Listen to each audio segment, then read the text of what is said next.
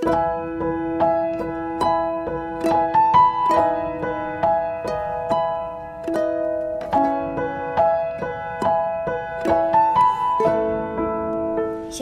selamat malam. Terima kasih buat kesempatan yang diberikan. Saya seorang ibu rumah tangga yang menikah dengan seorang suami yang luar biasa. Kami menikah selama hampir 11 tahun dan dipercayakan seorang putri. Dan puji Tuhan, saat ini saya sedang mengandung anak kami yang kedua. Saya dan suami masuk pernikahan dengan cara yang gak kudus ya. Kami punya masa lalu yang rusak, hidup dalam free sex, sehingga kami gak menghormati yang namanya kekudusan dalam pernikahan.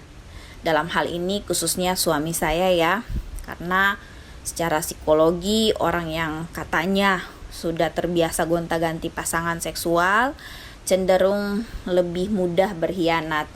Tapi saya percaya, gak ada yang gak mungkin buat Tuhan. Gak ada yang terlalu rusak yang Tuhan gak bisa perbaiki. Tapi lebih dari itu semua, saya sangat percaya kalau Tuhan itu lagi berurusan dengan saya. Tuhan punya rencana yang indah atas keluarga saya dan buat generasi kami selanjutnya. Tahun kelima pernikahan kami, tepatnya di tahun 2017, saya mulai merasa ada jarak antara saya dan suami. Di tahun itu juga saya mengalami kecelakaan dan anak kami menjalani operasi jantung karena dia terlahir dengan kelainan jantung bawaan. Nah, di saat-saat itulah saya melihat ada yang beda antara suami saya dengan teman kami ini yang ternyata adalah wanita tobat. Saya merasa perhatian dari teman kami ini berlebihan, tapi perasaan itu saya abaikan karena bagaimanapun juga dia, si wanita tobat ini dan suaminya yang nolong saya waktu saya kecelakaan. Akhir tahun 2017, suami saya mendapat promosi pekerjaan dengan gaji yang menurut saya cukup tinggi. Dan masuk tahun 2018, rumah tangga kami makin hari makin dingin. Suami sering pulang subuh, bahkan kadang gak pulang dengan alasan pekerjaan. Chat saya seringkali lama dibalas, kadang gak dibalas, bahkan yang lebih parah, HP-nya suka dimatiin atau enggak, saya diblokir gitu sementara ya. Keuangan juga diambil alih, bahkan saya gak boleh tahu sama sekali tentang keuangannya. Padahal sebelumnya gaji suami itu 100% saya yang pegang. ATM, kredit card, semua diambil dan saya hanya diberi uang secukupnya. Jadi kalau misalnya saya mau ke pasar atau mau belanja grocery, saya diminta rinciannya satu persatu. Terus diberi uang sesuai dengan yang tertera. Dan bodohnya saya, bodoh dalam tanda kutip ya, saya tetap jujur dengan harga-harganya. Bahkan kalau lagi ada promo ya, saya tetap kasih tahu gitu, saya tetap kasih info kalau ini lagi ada promo. Padahal harusnya itu kesempatan buat saya untuk berbuat curang ya. Keadaan rumah tangga kami makin hari makin parah. Suami gak mau ngizinin lagi saya buat nyentuh HP-nya. Tahun 2018 itu benar-benar neraka buat saya ya. Tiap hari kami berantem. Suami nadanya tinggi, saya lebih tinggi lagi. Terus suami saya pulang, istilahnya hanya numpang tidur doang gitu. Karena pulang subuh, pagi-pagi udah berangkat kerja lagi. Dia gak mau lagi makan masakan saya. Bahkan di hari libur, di hari Sabtu Minggu itu, dia nggak tahu ngilang entah kemana. Dan di saat itu juga HP-nya dimatiin gitu. Kalau nggak ya saya diblokir gitu. Saya juga sempat mengalami KDRT ya. Memang nggak sampai bonyok-bonyok, paling ya digigit, didorong sampai jatuh. Dan yang paling parah tuh saya pernah seret di aspal ya, sampai kepala saya luka 2-3 jahitan gitu. Saya sampai beberapa kali pengen bunuh diri gitu, pengen cerai, pengen bunuh diri. Tapi waktu itu saya udah tahu kebenaran, jadi saya takut dosa juga gitu. Bahkan saya pernah marah gitu sama Tuhan. Tuhan, kok masalah ini baru muncul sekarang sih saat saya udah tahu kebenaran? Kenapa nggak dari kemarin-kemarin gitu? Saat saya belum tahu apa-apa gitu. Jadi saya nggak terlalu ngerasa berdosa kalau saya cerai atau saya bunuh diri gitu. Masuk tahun 2019, saya benar-benar capek gitu dengan rumah tangga saya ya. Saya mulai sungguh-sungguh mencari Tuhan. Dan yang saya kagum banget gitu sama Tuhan, bukan hanya karena Tuhan sanggup membawa suami saya kembali ya, tapi yang jauh lebih penting dari itu semua tuh Tuhan tuh sanggup mengubahkan saya. Akhir Januari 2019 suami saya akhirnya ngaku ya tentang perselingkuhannya dengan teman kami ini. Dia terus membanding-bandingkan saya dengan si wanita tobat. Dia terus memuji-muji si wanita tobat. Dia ngomong kalau gak ada untungnya gitu dia nikah sama saya. Dan akhirnya di awal Februari dia memilih untuk keluar dari rumah, ninggalin kami. Dan selama dia pergi, tentu saya diblokir ya. Jadi kami gak ada komunikasi apa-apa. Hanya bisa kalau ada perlu sesuatu, saya hanya menghubungi kakak ipar saya ya. Beberapa kali saya diusir dari rumah karena dia dengar kabar kalau anak kami sakit. Jadi dia ngerasa kalau anak kami sakit ini, dia ngerasa saya nggak becus. Jadi saat itu saya diusir gitu dari rumah. Berat badan saya tuh turun drastis sampai 39 kilo. Benar-benar saya tertekan. Tapi puji Tuhan, firman Tuhan lah yang terus menguatkan saya. Sehingga saya bisa bangkit dan mulai fokus untuk memperbaiki diri. Puji Tuhan, selama suami saya pergi, kami tetap dibiayai ya. Suami tetap bertanggung jawab dengan kebutuhan kami sehari-hari untuk sekolah, untuk listrik dan lain-lain. Meskipun uang belanja yang dikasih itu sangat terbatas, tapi disitulah saya merasakan pemeliharaan Tuhan yang luar biasa. Meski saya tahu saya diblokir ya, saya tetap rutin kirim WA ke suami gitu. Saya beriman bahwa satu saat suami saya akan kembali. Rumah tangga kami akan baik-baik aja gitu. Di bulan Juni 2019, tiba-tiba suami saya telepon. Dan sejak saat itu, dia mulai sering nginap sehari 2 hari di rumah. Terus Agustus 2019, udah rutin tidur di rumah tiap hari. Meskipun masih tetap pulang jam 3 subuh dan berangkat lagi jam 6 pagi. Saat itu saya tahu dia tinggal di mana, saya tahu jam-jam suami saya dan wanita tobat itu nyuri-nyuri waktu untuk ketemuan ya. Tapi saya nggak pernah berusaha untuk nyamperin, walaupun secara daging pengen banget ya. Saya tetap melayani suami saya, dia pulang jam 3 subuh, saya masakin air panas untuk dia mandi. Saya tetap siapin makan, bahkan seringkali suami minta disuapin gitu ya. Sambil saya suapin dia juga sambil chat sama si wanita tobat. Dan bahkan gak jarang dia curhat kalau lagi berantem atau sekedar nanya pendapat apa gitu ke saya gitu tentang dia dan Wanto. Dan itu saat-saat yang gak gampang ya, kalau bukan karena kekuatan dari Tuhan. Bahkan di ulang tahun pernikahan kami ya, dia malah pergi sama wanita tobat, pergi dinner gitu sama wanita tobat. Tiap hari saya nyuci baju atau nyuci mobil, saya nemu rambut pirang. Tapi disitulah saya benar-benar diremukkan ya untuk mati daging gitu. Bulan Desember 2019, suami saya pulang. Dia bawa pulang koper gede, isi pakaiannya dan beberapa barangnya. Katanya itu hadiah ulang tahun, karena memang bertepatan dengan hari ulang tahun saya. Katanya dia udah gak tinggal di apartemen itu lagi dan hubungan mereka udah selesai gitu. Lalu akhir tahun kami sekeluarga pergi liburan. Suami mulai mau ngajak saya foto bareng, bahkan foto sambil dicium ya, pokoknya kelepek-kelepek lah. Masuk 2020, tiap hari suami curhat, gak bisa lupain wanita tobat. Pengen pergi ninggalin kami biar dia bisa bareng gitu sama si wanita tobat. Tapi puji Tuhan di tahun itu juga saya kenal Bu Eli. Dan satu statement yang paling melekat di hati saya itu ketika Bu Eli berkata, makin kita rela, Tuhan makin gak rela.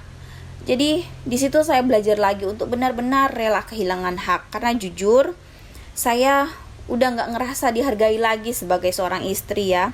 Udah kayak diperlakukan, udah kayak teman aja gitu sama suami. Tanggal 1 Desember 2020 tiba-tiba suami pulang bawa lemari gede. Di situ saya sadar bahwa selama 2020 itu, selama pandemi, saya bukan hanya di PHP-in, tapi benar-benar dikibulin, benar-benar dibohongin. Karena selama pandemi itu suami tetap berangkat kerja seperti biasa, bahkan kadang kirim foto lagi di proyek gitu. Padahal di saat itu orang-orang pada WFH. Memang saya sempat curiga, tapi saya masih berusaha aja untuk percaya lagi gitu sama dia. Saat dia bawa pulang lemari itu, saya nggak nanya apa-apa, saya cuma bantu nyusun lemarinya aja. Saya mempercayakan pikiran saya, perkataan saya, mulut saya ini kepada Tuhan. Saya bilang, Tuhan, dalam hati ya, saya bilang, Tuhan tahu selama ini apa yang saya perbuat, dan Tuhan tahu juga apa yang dia perbuat di belakang saya. Saya hanya mau belajar untuk taat, belajar untuk mengasihi suami saya apa adanya, dan tetap memberikan dia kesempatan gitu ya. Lalu di tahun 2021 saya ketemu bukti kalau ternyata suami masih rutin ya komunikasi sama si wanita tobat, meskipun si wanita tobat ini udah pindah ke kota asalnya, karena Agustus 2020 itu ternyata dia digugat cerai sama suaminya. Tapi di saat saya menemukan bukti itu, suami saya malah bilang itu privasi dia berhak untuk berhubungan dengan wanita manapun. Jadi saya nggak berhak untuk ikut campur. Jujur malam itu saya hancur ya, saya nangis sama Tuhan. Saya hanya bisa doa, saya minta kekuatan, dan puji Tuhannya malam itu juga saya bisa tidur nyenyak ya. Dan besok paginya saya bangun dengan sukacita, saya masak sambil memuji Tuhan. Tiba-tiba suami saya yang gak biasanya bangun pagi di weekend, di hari Sabtu, tiba-tiba hari itu bangun pagi.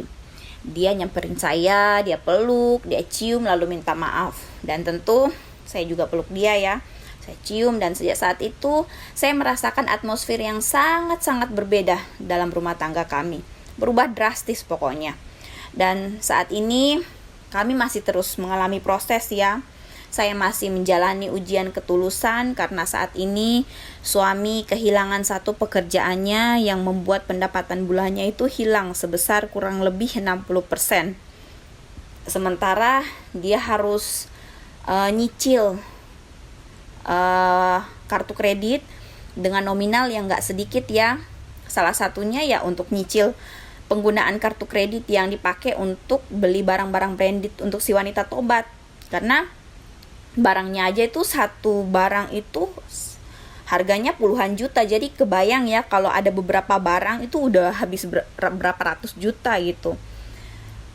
Jadi saya harus merelakan, saya istilahnya nggak ada jajan, uang belanja juga pas-pasan. Awalnya saya jujur saya sempat berontak ya dalam hati, saya sempat menyalahkan suami, saya sempat marah gitu, saya sempat kesel.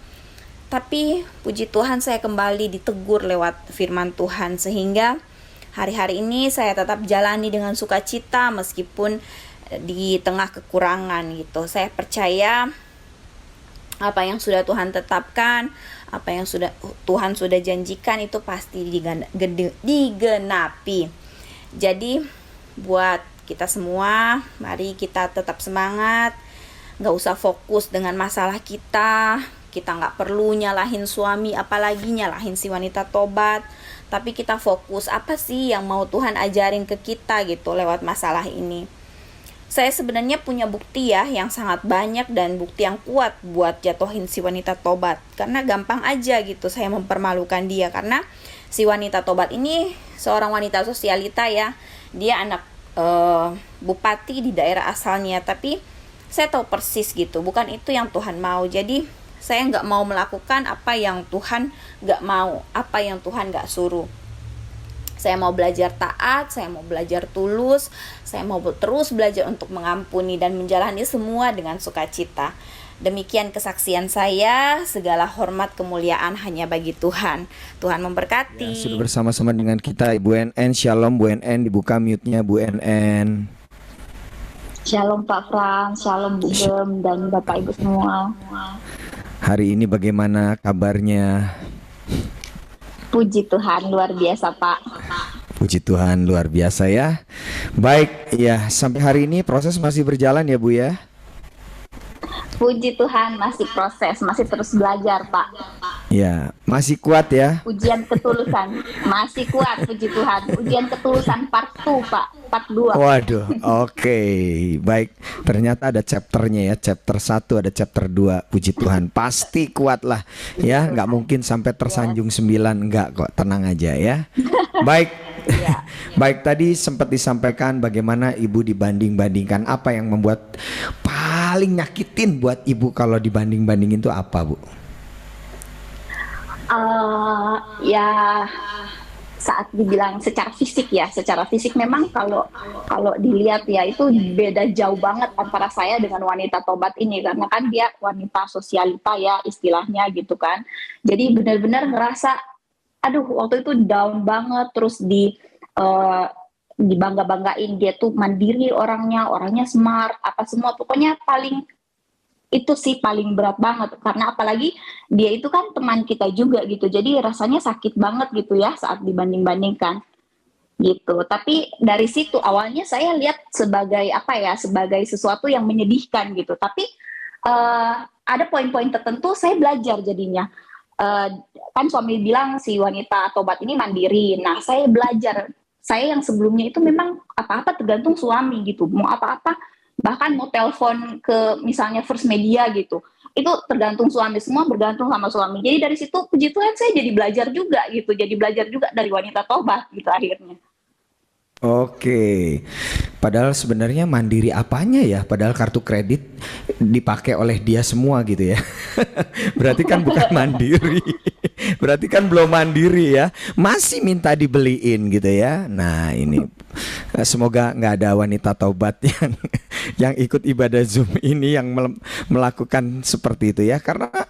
Karena memang ya itulah paling nyakitin hati ketika dibandingkan secara fisik begitu ya Bu ya, secara fisik seperti itu. Betul. Dan apa namanya, katanya lebih smart atau apa, ternyata nggak juga kok, di mata Tuhan itu pasti nggak seperti itu gitu ya. Baik, Yes. ada anak-anak Ibu? Eh, Maksudnya yang saat ini Iya sama Ibu, saya ya punya anak? ada satu Ada. Nah, cewek. gimana respon anak tentang papanya gitu? Waktu itu anak kan masih kecil ya, masih TK, jadi dia belum ngerti. Tapi saat Hmm. saat papinya nggak pernah pulang, saya cuma bilang, oh papi masih ada kerjaan gitu, jadi belum bisa pulang. Kita doain ya biar kerjaan papi cepat selesai, biar cepat pulang gitu.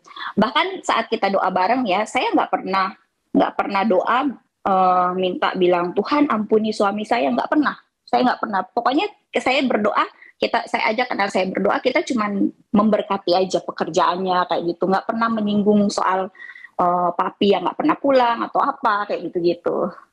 Oke, ternyata benar ya. Ada satu TikTokan saya lihat gitu. Ibu itu pembohong terbesar katanya gitu.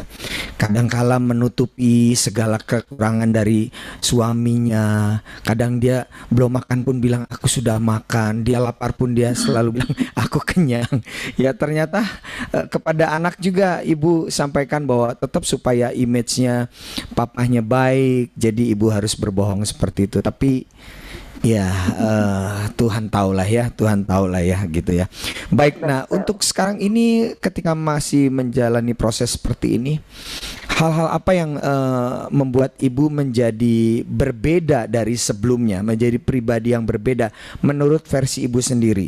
Jadi tadi kan ibu bilang berterima kasih juga kalau nggak salah tadi ke wanita tobat itu karena ada perubahan-perubahan yang ibu jalani sekarang ini. Begitu ya Bu ya?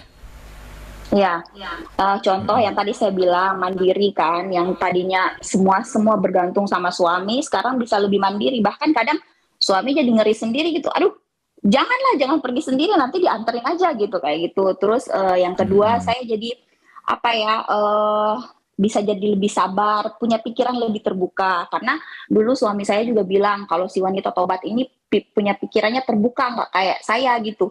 Pikiran terbuka Hmm. dalam artian gini, saya tuh dulu orangnya tuh suka nanduk gitu loh Pak. Jadi kalau misalnya saya telepon suami ya, sekali ditelepon nggak diangkat, saya udah ngomel-ngomel tanpa mau mendengarkan alasan dia nggak angkat kenapa gitu. Nah, sementara wanita tobat itu enggak gitu, menurut suami ya, wanita tobat itu pengertian, katanya nggak kayak saya gitu. Terus banyak sih Pak, apalagi ya, sampai lupa Pak, Nah. saking banyaknya. Nah, itu ternyata ya ada gunanya juga ya kalau dibandingkan kalau dari kita mau ngambil dari sisi positifnya tentunya begitu ya. Betul, Nggak iya, mengasihani heeh. diri, nggak langsung mengasihani Iya. diri.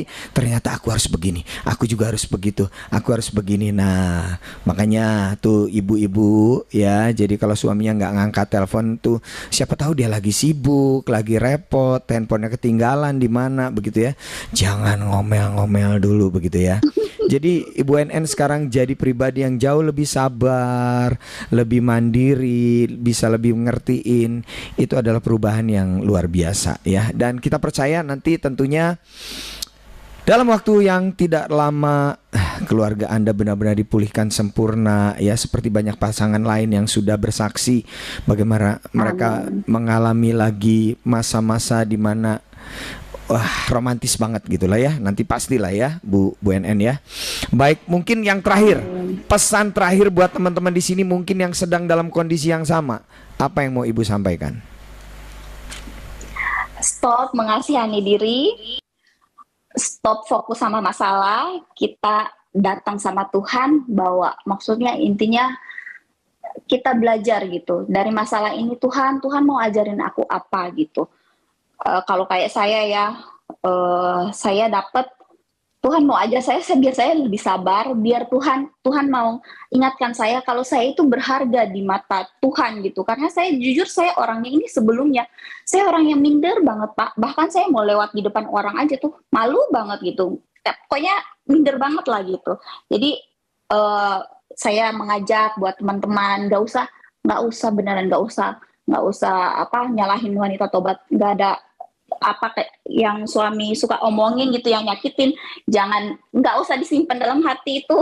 Itu cuman cuman cara iblis aja buat jatuhin kita gitu. Jadi nggak usah simpan dalam hati, jangan direnungkan gitu, apa kata-kata yang nyakitin tuh nggak usah direnungkan. Yang kita renungkan tuh firman Tuhan aja gitu. Oke, Itu tepuk aja sih, Pak. tangan. Oh, tepuk tangan. Haleluya. Tepuk tangan Dua kalimat buat Tuhan. Iya.